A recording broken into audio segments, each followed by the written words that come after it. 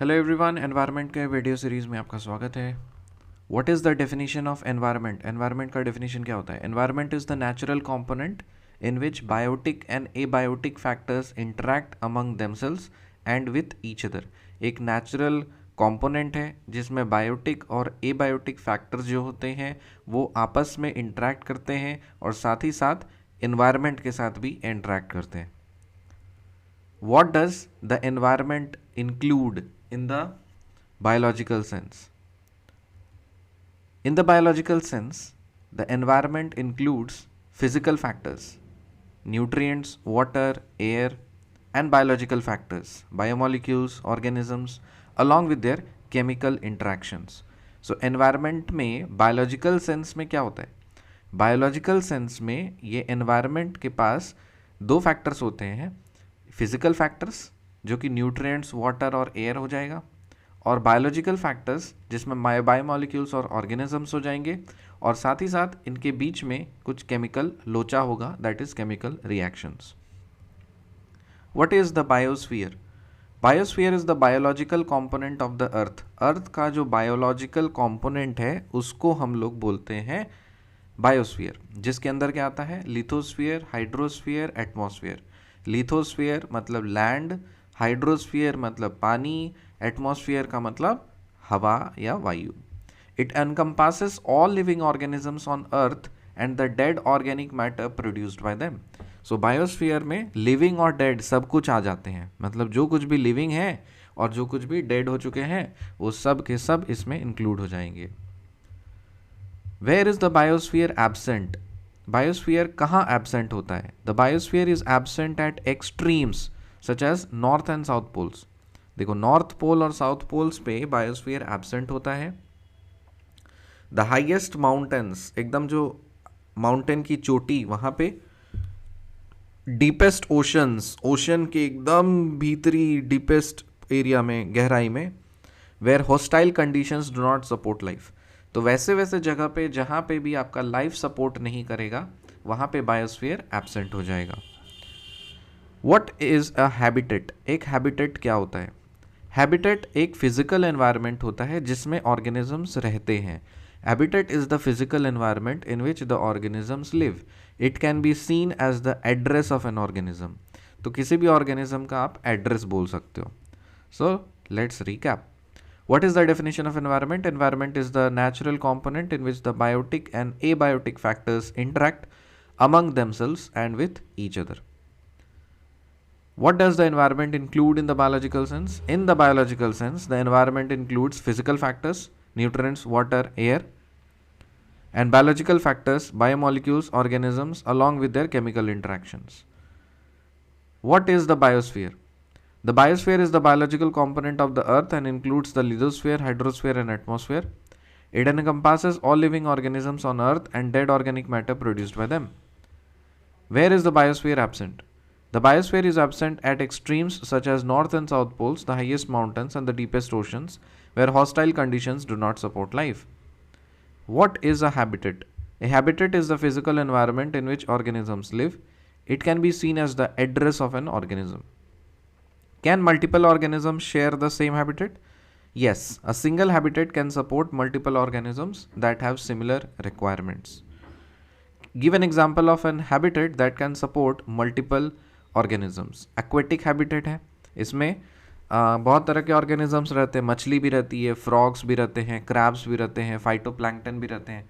तो ये सारे तो डिफरेंट और अलग अलग ऑर्गेनिजम्स हैं, लेकिन रहते एक ही इकोसिस्टम में, एक ही हैबिटेट में। How is a habitat different from the environment? Habitat और एनवायरनमेंट में क्या अंतर है? A habitat always have life in it. A habitat जो होता है ना, उसमें हमेशा जीवन होता है, whereas the environment does not necessarily have life in it. Environment हो सकता है, उसमें ज़रूरी नहीं कि आपका लाइफ हो।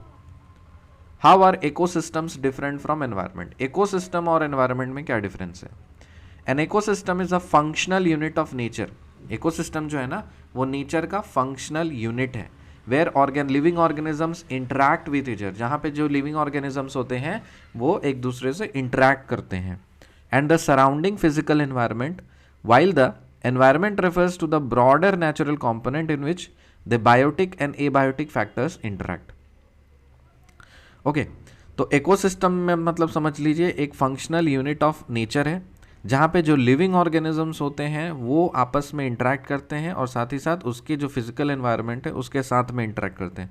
लेकिन एनवायरनमेंट एक ब्रॉडर सेंस है, उसमें हम लोग एक नेचुरल कंपोनेंट बोलते हैं, लेकिन वहाँ पे लिविंग नॉन लिविंग सब कुछ आ जाते हैं।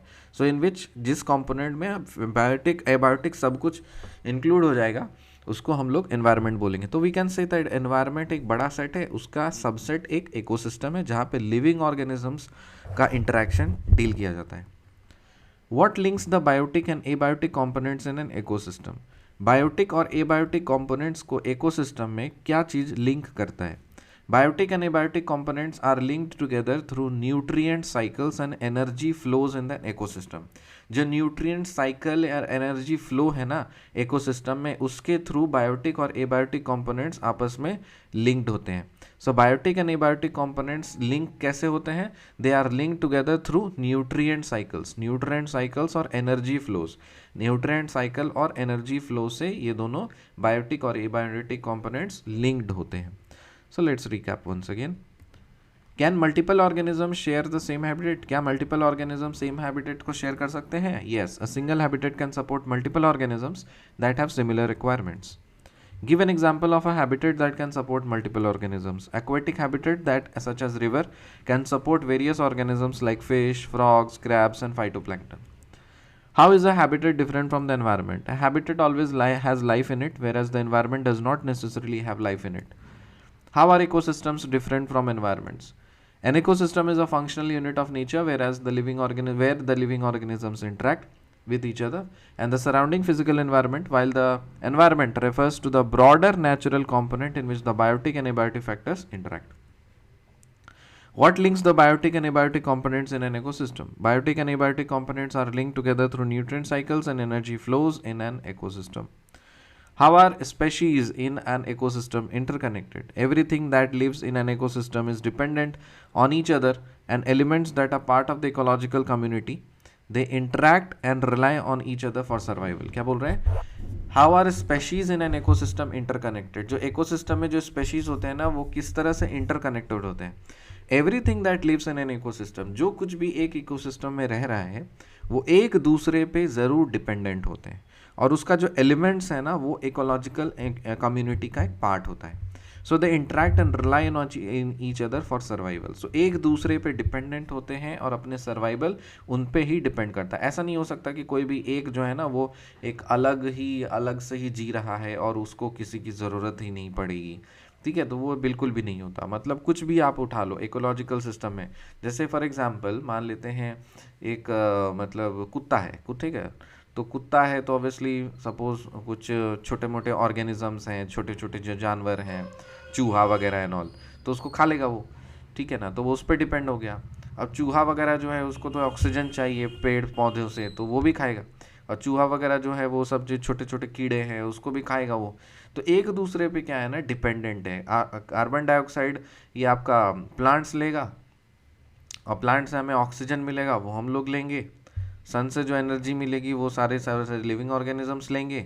फॉर डेड और डिकेइंग ऑर्गेनिजम्स होंगे फिर उस एनवायरनमेंट में, फिर वो वल्चर आकर के उसको अर्थवॉर्म्स लाएंगे और फिर जो फ्लैशेस है उसको वल्चर खाएंगे, तो पानी की ज़रूरत पड़ेगी, है ना, तो ये सब डिपेंडेंट है। पानी फिर प्लांट्स को भी ज़रूरत पड़ेगी, ठीक है, तो एक दूसरे से डिपेंडेंट ही होते हैं। तो इसीलिए जितने भी स्पेशीज़ हैं प्लांट स्पेशीज़ हो एनिमल स्पेशीज़ हो, वो सारे ही इकोसिस्टम में एक दूसरे पे डिपेंडेंट और सर्वाइवल के लिए रिलाई करते हैं।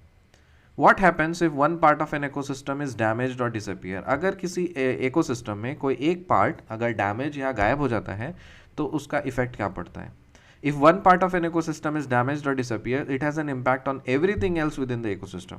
कोई भी एक पार्ट अगर डैमेज हो जाता है ना तो पूरा दूसरा पार्ट को अफेक्ट कर देता है। The interconnectedness of the species and elements can be disrupted, leading to imbalances and changes in the ecosystem. जो इंटरकनेक्टेडनेस है ना तो वो डिसरप्ट हो सकता है और साथ ही साथ ये एक इकोसिस्टम में इम्बैलेंस और चेंजेस क्रिएट कर सकता है। What are some examples of terrestrial ecosystems? Terrestrial मतलब लैंड रिलेटेड है, तो उसमें फॉरेस्ट आ जाएगा, ग्रासलैंड आ जाएगा, डेजर्ट आ जाएगा। सो टेरेस्ट्रियल इकोसिस्टम में क्या आएगा? Forest, grassland, desert. What are some examples of aquatic ecosystem? Aquatic ecosystem में pond, lake, wetland, river, estuary. Pond, lake, wetland, river, estuary. Pond आ जाएगा, lake हो जाएगा, wetland हो जाएगा, river हो जाएगा, estuary हो जाएगा. And what is the difference between ecology, environment और इकोसिस्टम? इंपॉर्टेंट है, बहुत कंफ्यूजन क्रिएट करता है, तीनों में हम लोग डिफरेंस देख लेते हैं. इकोलॉजी जो है ना, वो study of interactions between organisms and there surroundings है विद इन एन इकोसिस्टम और एनवायरनमेंट. किसी भी इकोसिस्टम या एनवायरनमेंट में जो इंटरेक्शंस होते हैं ना, उस इंटरेक्शन के स्टडी को इकोलॉजी बोलते हैं. एनवायरनमेंट तो आपको पता है, जो एक ग्रुप ऑफ इकोसिस्टम्स अगर हम लोग बना लेंगे तो उसको हम लोग एनवायरनमेंट बोलेंगे. और इकोसिस्टम क्या है? वो एक फंक्शनल यूनिट है एनवायरनमेंट का. एनवायरनमेंट का एक फंक्शनल यूनिट है जहाँ पे लिविंग ऑर्गेनिजम्स मतलब आपको इंटरेक्ट करते हैं, ठीक है ना, इकोसिस्टम में जो भी स्पीशीज आपस में इंटरेक्ट करते हैं, प्लांट्स और एनिमल्स वगैरह, ठीक है. So ecology is the study of interactions between the organisms and their surroundings within an ecosystem. एक ecosystem के अंदर या environment, ecosystem के अंदर तो obviously environment के अंदर ही होगा, क्योंकि environment broad है, बड़ा सेट है, उसके अंदर ecosystem आ जाएगा, ठीक है ना. छोटे छोटे ecosystems आ गए, अलग अलग multiple ecosystems आ गए, aquatic ecosystem, plant फिर terrestrial ecosystem and so on. Her ecosystem के अंदर जो interactions होंगे वो सब क्या करेंगे, उसके स्टडी को हम लोग पढ़ेंगे, तो उस स्टडी को हम लोग इकोलॉजी बोलेंगे. So let's recap once again right from very beginning. What is the definition of environment? Environment is the natural component in which the biotic and abiotic factors interact among themselves and with each other. What does the environment include in the biological sense? In the biological sense, the environment includes physical factors, nutrients, water, air, and biological factors, biotic molecules, organisms, along with their chemical interactions.